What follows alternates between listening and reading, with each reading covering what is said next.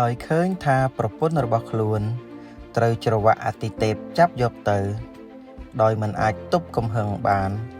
ឈាមបិសាចរបស់រាជិនីបិសាចនៅក្នុងខ្លួនលោកគ្រូហុងក៏បានផ្ទុះឡើងលោកគ្រូហុងក៏បានប្រែក្លាយទៅជាបិសាចនាគរាជភ្លាមតែម្ដងពេលនេះលោកគ្រូហុងស្ថិតនៅកម្រិតទី14ដំណាក់កាលចុងក្រោយក្បែរនឹងអាទិទេពបណ្ដោះអាសន្នលោកគ្រូតើលោកគ្រូនៅចំណាំខ្ញុំទេក្មេងល្ងងគ្រូប្រកាសជានៅចំណាំឯងហើយគ្រូមិនទាន់បាត់បង់សម្បញ្ញៈទេឋានអតិទេពដុកពងខ្ពស់ថ្ងៃនេះខ្ញុំបំពេញហើយថ្ងៃនេះខ្ញុំត្រូវតែនាំប្រពន្ធរបស់ខ្ញុំត្រឡប់យកមកវិញបន្ទាប់ពីនិយាយចប់លោកគ្រូហុងក៏ចាប់ផ្ដើមបំផ្លាញច្បាប់អតិទេពប៉ុន្តែធម្មពលរបស់លោកគ្រូហុងមិនអាចបំបែកវាបានឡើយបងធ្វើដូចនេះវានឹងវាយបកបងវិញមិនខានពេលដែលលោកគ្រូហុងចង់កំទេចច្បាប់អតិទេពចោលច្បាប់អតិទេពក៏បានវិប្រហារទៅលោកគ្រូហុងវិញលោកគ្រូហុងបន្ទាប់ពីទប់ទល់ជាមួយនឹងច្បាប់អតិទេពក៏រងរបួសធ្ងន់លោកគ្រូសូមលោកគ្រូឈប់ទៅលោកគ្រូមិនគួរបន្តទេអាល្ងងឯងនេះពួកយើងជាអតិទេពមិនហ៊ានប្រឆាំងផងសំអាងលើឯងបើខ្ញុំចង់ប្រឆាំងតើវាយ៉ាងម៉េចកណ្ដាប់ដៃរុនទះបំបែកលំហកណ្ដាប់ដៃរុនទះបំបែកលំហនេះកើតឡើងពីការផ្សំចូលគ្នារវាងធាតុរុនទះជាមួយនឹងធម្មពលលំហអមតៈ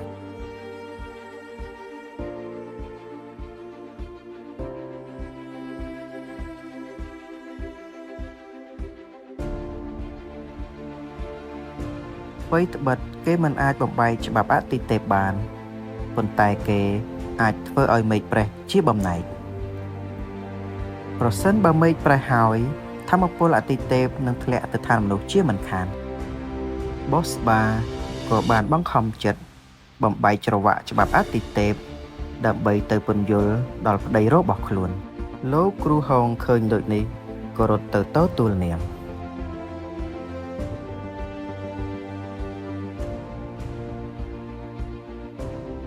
មនុស្សនៅលើផែនដីមិនអាចទទួលចំហាយអតិទេពបានឡើយពួកគេនឹងស្លាប់ជាមិនខានបងគ្រាន់តែមិនចង់ឲ្យអូនបែកពីបងតែប៉ុណ្ណោះ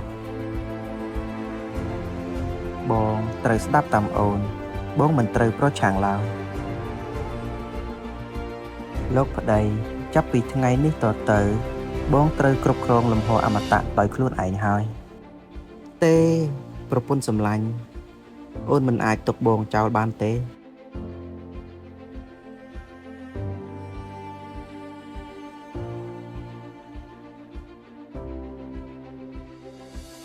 ហេតុអ្វីចិត្តខ្ញុំដូចជាឈឺផ្សាខ្លាំងណាស់លោកគ្រូខ្ញុំបារម្ភពីលោកគ្រូខ្លាំងណាស់គ្រូមិនអីទេក្មេងល្ងងពេលនេះគ្រូនៅចំពោះមុខឯងហើយទេតើ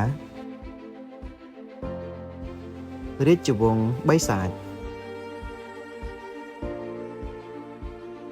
ថ្ងៃនេះពួកយើងនឹងធ្វើដំណើរទៅកាន់អាណាចក្រអង្គរហើយម្ចាស់បងខ្ញុំក៏ចង់ទៅមើលមុខបងថ្លៃដែរណាស់ហើយចុះម្ចាស់ប្អូនធ្វើដំណើរទៅជាមួយបងចុះ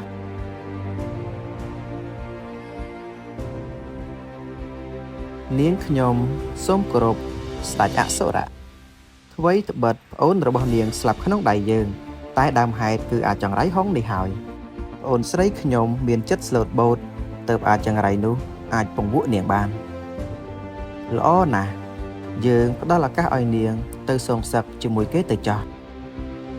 ពិតជាល្អខ្លាំងណាស់សូម្បីតែសាកសពរបស់ប្អូនយើងក៏ឯងហ៊ានយកទៅដែរអាណាចក្រសូរិយាឬអាណាចក្រសៀមពេលដឹងថាផែនការរបស់ខ្លួនបរាជ័យស្ដេចសៀមខឹងជាខ្លាំងថ្វាយបង្គំព្រះបិតាតើព្រះបិតាកង្វល់ចិត្តរឿងអ្វីយើងខំរៀបផែនការយ៉ាងលំបាកពេលនេះផែនការរបស់យើងបរាជ័យអស់ទៅហើយព្រះបិតាមិនយកឱកាសនេះ ដើម្បីធ្វើសង្គ្រាមទៅអូតើបុត្រីបិតាមានគំនិតយ៉ាងណាដែរសូមនិយាយមកយើងត្រូវបង្កើតព័ត៌មានថាដើមឡើយយើងបញ្ជូនអ្នកខ្លាំងទៅដើម្បីចូលរួមប្រកួតក្នុងគោលបំណងដើម្បីភ្ជាប់មេត្រីភាពផ្សារភ្ជាប់ទំនាក់ទំនងនឹងគ្នាប៉ុន្តែមិននឹកស្មានថាអាណាចក្រអង្គរបែរជាលេងល្បិចរួចហើយក៏បានចាប់ឃុំអ្នកខ្លាំងរបស់យើងទាំងអស់នោះដូច្នេះយើងនឹងធ្វើសង្គ្រាមដើម្បីជួយចំណាប់ខ្មាំង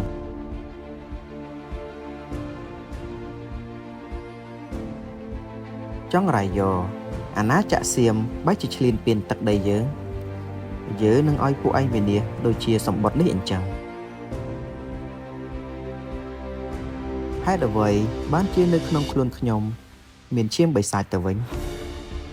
លោកគ្រូខានចេញក្រៅអស់ជាច្រើនថ្ងៃហើយ